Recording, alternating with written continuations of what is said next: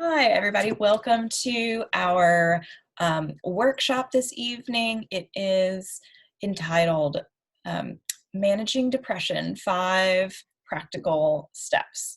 So I'm going to introduce myself. My name is Landry Etheridge. I am a therapist in Charleston, South Carolina. I do counseling for individuals and couples in South Carolina, and I also offer coaching services to people worldwide, virtually. I'm thrilled to have Mary Emmeline Dawson with us today. She's a therapist in Birmingham, Alabama, and we actually went to grad school together. So I've known her for a long time, and she's an excellent therapist. And I'll go ahead and let you just, introduce yourself and tell us a little bit about what types of clients you work with. Thanks, Landry. I'm excited to be here. Like she said, I'm Mary Emmeline. I work at Samford University in Birmingham, and I am a support coordinator for undergraduate and graduate students.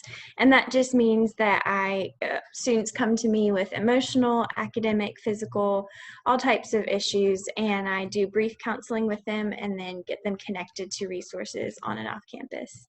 Awesome. So I'm going to start off by just letting us sort of ground into this moment. So we're just going to do a really brief breathing exercise just to sort of settle us in so that we can absorb some of this information that we'll be covering this evening. So if you feel comfortable, if you'll close your eyes, I'll close my eyes, or you can just lower your gaze if you feel more comfortable doing that. So just close your eyes, taking a deep breath in. And long exhale out. A deep inhale in. And exhale. One last time, breathing in. And out. As you exhale, become aware of your feet. The soles of your feet, your toes, your heels. Notice the temperature of your feet compared to the room. Moving up your leg, become aware of your ankles, your calves, your shins, your knees. Holding your lower legs in your awareness. Become aware of your upper legs, your thighs, hamstrings, quads. Notice if you're holding any tension in your legs. Become aware of your pelvis, where you're seated, sitting on a chair, couch. Notice any tension in your lower back. Moving up your spine, become aware of your mid-back. Become aware of the front body and your belly. And now noticing the movement of your rib cage in and out with your breath. Become aware of your fingertips and your hands, your wrists, your forearms, your elbows. Noticing any tension in your upper arms or your shoulders. Hold your upper back in your awareness, noticing any tension there. And your neck, relaxing your throat, your jaw. Become aware of your forehead, relaxing your cheeks, your eyebrows, your ears, your mouth, your tongue. Become aware of the back of your head and the crown of your head.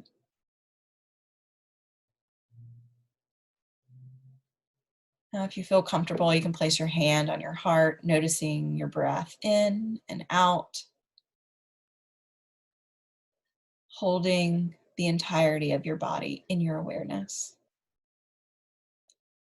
Sensing gratitude for all that your body does for you throughout the night, during the day.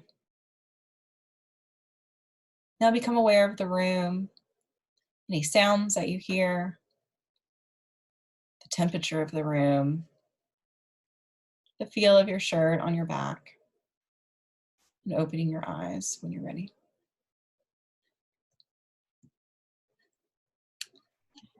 So we're going to go ahead and dive into this material. As we've talked about, have 5 practical steps to move through with you this evening. But before we do that, Mary Emmeline, if you'll share with us just some background information about depression.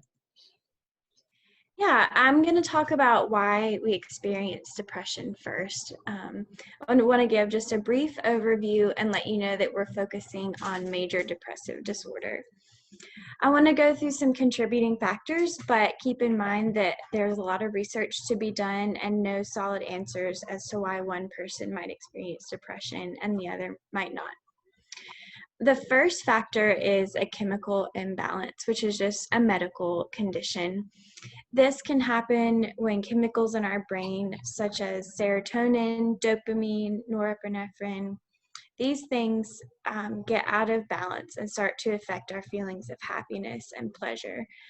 So you can learn more about that. We'll share a link in the chat, but just to give you a brief overview, that's one of the ways chemical imbalance can affect us. The other is hormone production and functioning can also lead to depressive states. So hormone changes happen during menopause, childbirth, when you have thyroid problems, lots of different factors there, which is why women are more likely to experience depression than men. In addition to chemical imbalances, there are also genetics and environmental things that play a role. So this could be trauma, death of a loved one, extreme stress like divorce or job loss, isolation, chronic pain or health issues, conflict in relationships. It could go on and on. And you might be more susceptible to depression, so these triggers could look different in another person than they do in you, and vice versa. At the same time, you could be doing great, minimal stressors in life, and depression can still sneak in. So it's not a one-size-fits-all thing. One more factor is negative thinking styles, and we're going to get into this later on, but just keep in mind that these negative patterns in our thought process can contribute to depression, and then that causes more negative thinking, and it's a vicious cycle. And I forgot one other thing researchers have recently talked about is that it's a protective survival mechanism. So you may have heard about fight, flight, or freeze as a trauma response. And similarly, depression kind of numbs us out or immobilizes us against the stress in our environment. Moving on, I want to just say that you are likely going to feel negative emotion and sadness due to negative things happening in your life, like job loss. That's very normal. But there are a few key things that differentiate this normal sadness from depression. So I'm going to get into a few things about identifying it.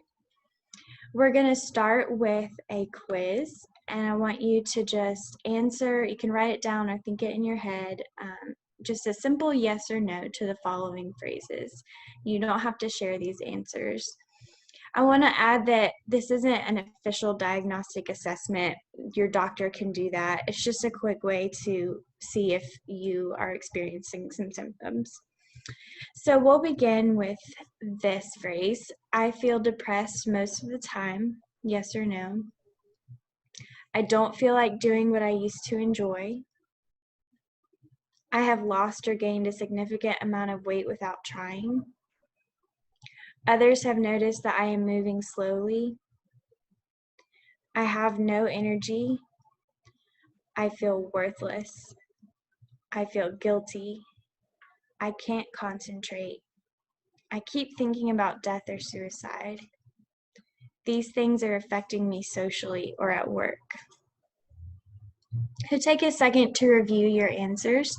And if you said yes to at least 5 of these, or you know someone who might have answered yes, then I think the rest of these steps will be helpful towards you. I hope they will be. You can also find out more in what's called the DSM. That's what doctors use to diagnose. I just want to clarify too that as there are these specific symptoms to depression, but it's also going to look different in everyone that aren't in this criteria. So it could be piles starting to form, difficulty falling asleep, crying spells, numbness, having a short temper and exploding, shutting down in conflict, or even digestive and physical problems. So there's a lot of different things that depression can look like. But now we're going to tackle the 5 practical steps to depression. And Mary Emmeline, I love that your sweet dog's in the background. It's She needed a to workshop. Okay, so I'll start with this first step, and there is a worksheet that can be used in conjunction with this video, and I've placed it in the in sort of the description of the video, so you're welcome to use that as you follow along. So step 1 is very simply identifying the part, P-A-R-T, identifying the part. So recognizing that these negative emotions are present, not sweeping them under the rug, but acknowledging that they're there. So that second line is negative emotions are a part of me, P-A-R-T. That's important to do twofold. 1, to acknowledge that it's there, to identify the part as being present. But second of all, acknowledging that it is just a part of us. It's not all of us. So we're so much more than these emotions or these symptoms. Part of us is feeling depressed, or part of us is feeling down. And so now that we've sort of recognized that it's there, it's not all of us, it's part of us. We're also a mother, a sister, a friend, a colleague. We can be happy and overjoyed at something else while we're sad about something. So we can feel these opposite emotions at once. So accepting it that it's there, but only part of us. Sort of the second step to part 1 is determining our approach. So when we're feeling negative emotions or pain or a wound, we have this emotional wound, I want you to think of that part of you as a little kid, a 4-year-old, a 5-year-old, who's upset, who's hurt and crying. Now, if we were to approach this 4-year-old yelling at it, berating it, saying it needs to get its act together, it needs to just be happy, put a grin on your face, is that creating a healing environment for that child? Is that giving that child what it needs? And so as adults, we've all had imperfect parents, every single one of us. As adults, we now have to begin to reparent this inner child that we have. And so that's sort of the second part of this first step. The last line there in the worksheet, parts of me that feel negative emotions need compassion and curiosity. Compassion and curiosity. And so when we acknowledge emotions that we have, sometimes it's scary to do that because we think we're going to get stuck in that emotion, but what it can actually allow us to do is acknowledge it and move through the emotion. So Mary Emmeline's going to lead us through a short guided, what do you want to call it, Mary Emmeline? It's another mindfulness imagery exercise. So if you want to close your eyes, do so, or lower your gaze just like in the last one, and take a few deep breaths to start to imagine yourself in a peaceful place. Imagine what you might hear, see, what you might feel, smell, or taste. And just let yourself feel at rest there. Open your mind and your heart.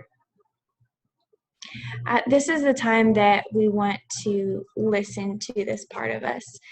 So if you can, if you have more time later, get a babysitter, take a shower, take a walk, take some time to really dig into this. But for right now, just try to imagine this depression or this negative thought or feeling you might have. If it helps to see it as an inner child, then that's great. I'm going to kind of use that image again, as Landry said, to guide us through this.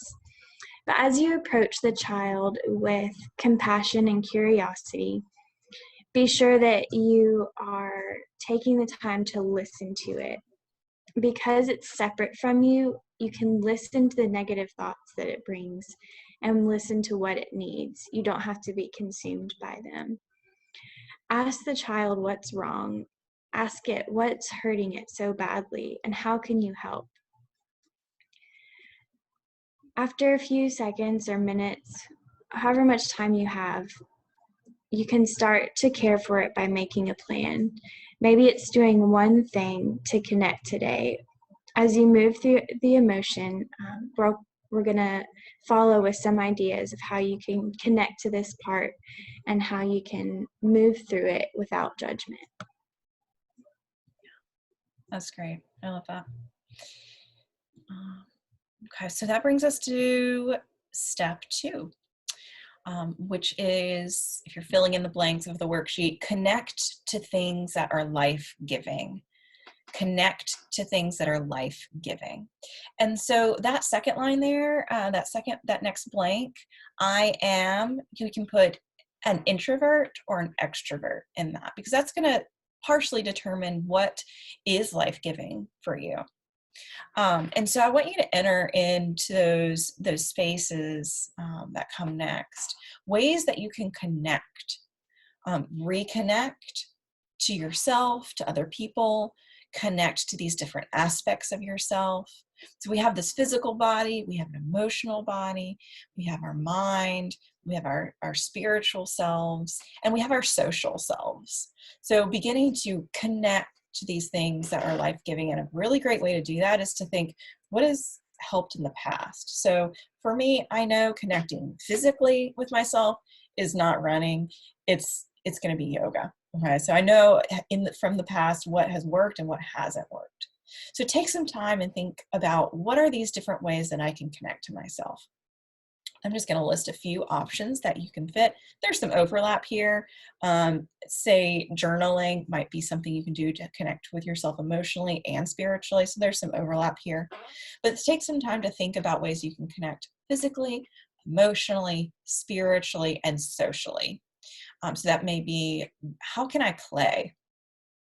Maybe that's dancing, maybe that's having a game night, maybe journaling would be in there, movement, certain foods, religious practices, connection with other people, connecting with yourself, especially important if you're an introvert.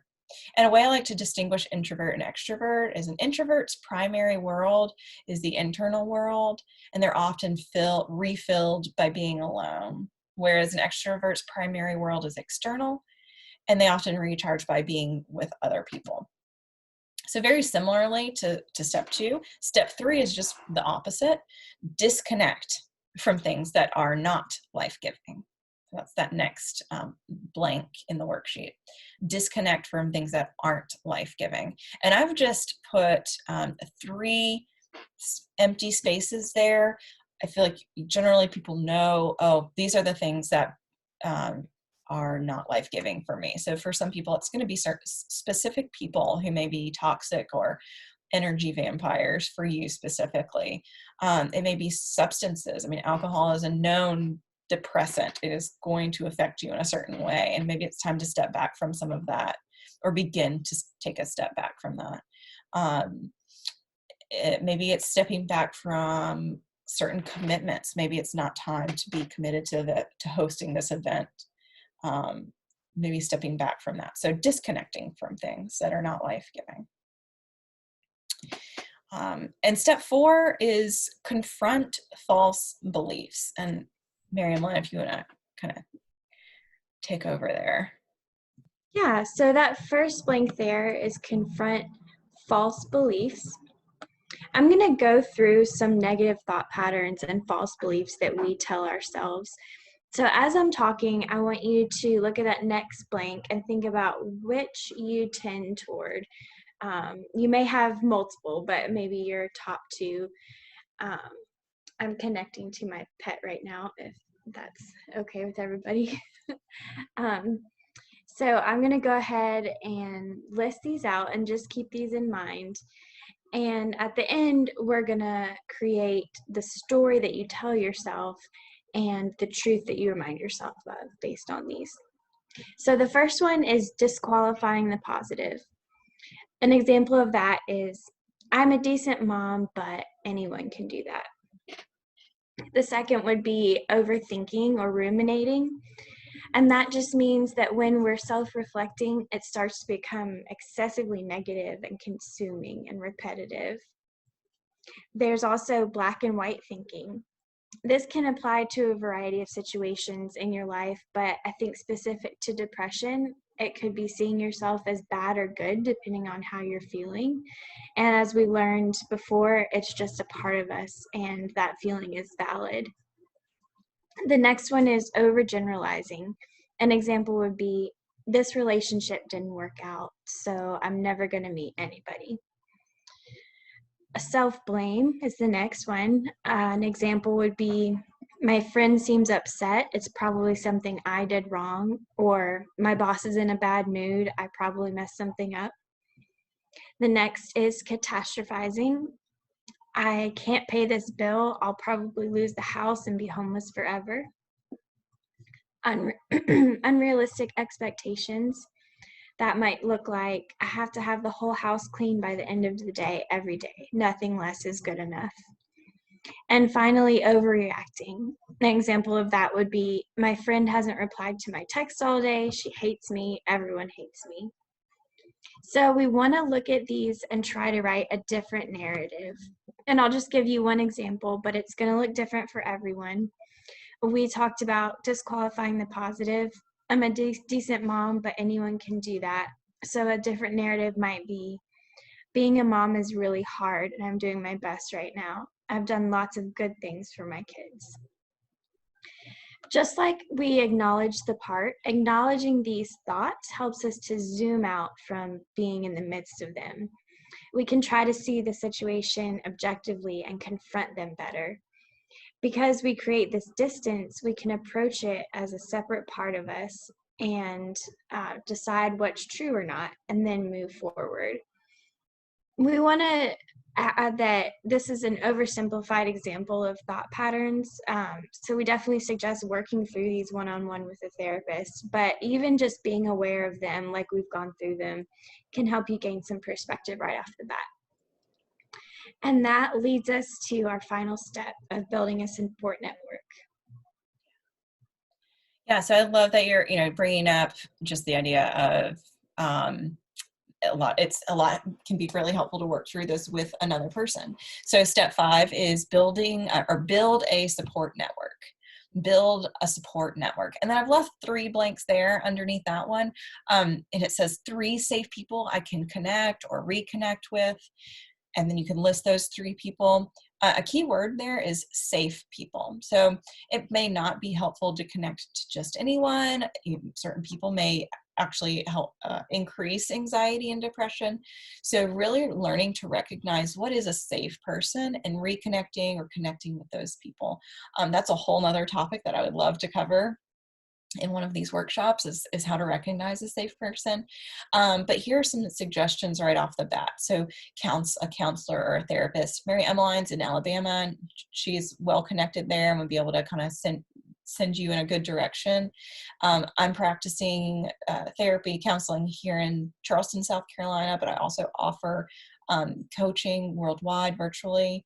A psychiatrist, it may be really helpful to consider medication management, even for a short period of time. Doesn't have to be a long-term thing. That can certainly help us get through certain periods of time that are especially challenging. And then, of course, there's coaches, there's mentors, there's religious leaders, maybe finding a virtual group online. I actually lead a group for women through meetup.com. It's a virtual group where we do monthly workshops just like this. So there's plenty of online communities as well. And then of course there's friends and family who are, if you consider them safe people for you. There's workshops, articles online. Another great way to find someone, if you do have insurance, is to simply get a list of in-network providers from your insurance company. And then, of course, if you're experiencing thoughts of self-harm or suicide, there's always the resource of the National Suicide Prevention Line, which is 1-800-273-8255. That's 1-800-273-8255. So I hope that this has been helpful for you. Those are our 5 practical steps for managing depression. I'm so thrilled that Mary Emmeline was able to share with you as well. She's a dear friend and an excellent therapist, and we hope you'll stay tuned for future workshops.